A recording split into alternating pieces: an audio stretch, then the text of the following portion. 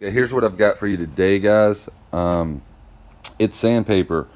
I recently got a question of what grits do I need? What are the popular grits to get? Because if you've never bought sandpaper for automotive refinishing, they've got thousands of different types, and they've got thousands of different grits, it seems, and it gets very complicated, and a lot of people don't know what the processes are and what they'll need, so they may buy sandpaper that they'll never use. Okay, so when you start out, you're going to need 80 grit, P80. I didn't have any in the thing, so I just took some out of the box over there. Now P80, I'll give you a little general idea of what you use this for. 80 grit, you're going to take down paint to bare metal so that you can apply a filler over it. And then you're going to use P80 also probably to rough shape filler.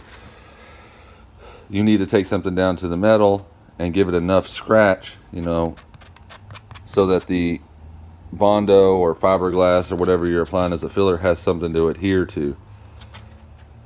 The next one is 180 grit.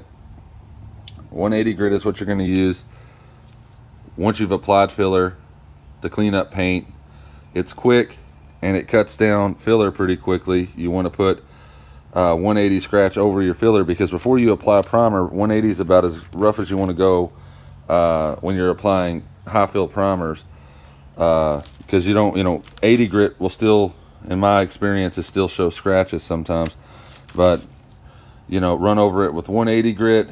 You hit your Bondo, your fillers, all that stuff with a 180 grit scratch, then you put a high filler on there, high fill filler on top of it, and that seems to work pretty good on your repair areas. Now you've gotten your primer over everything and on your repair areas.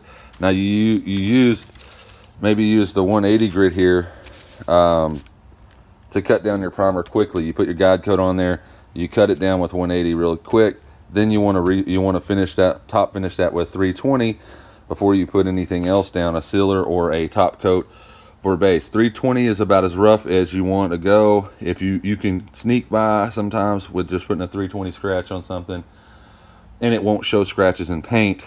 But in my experience, I always like to go to the next step, which is going to be your P400 wet dry sandpaper.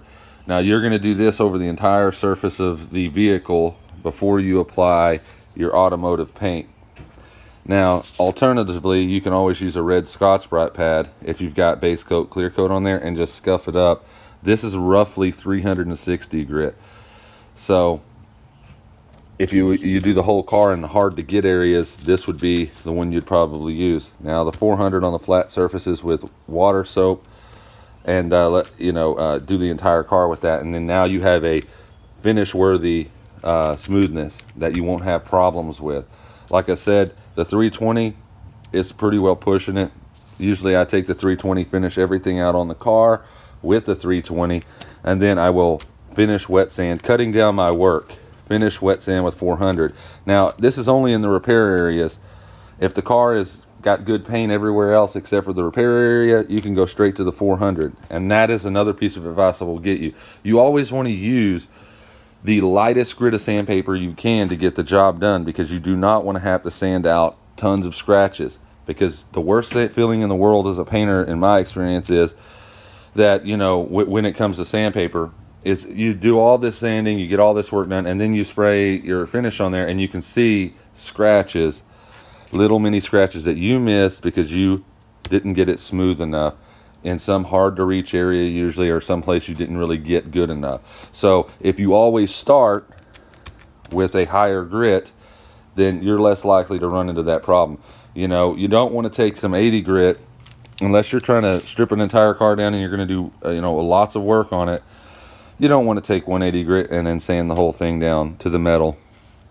You want to really try and get away from doing that, because 80 grit scratches are kind of hard to sand out. It's going to add more into your sanding, and as a painter, sanding is the part that really is not that much fun, because it's hard work. But anyway, this is just a little update video for tips and tricks that you can use, and I got the question, and thanks for watching, guys.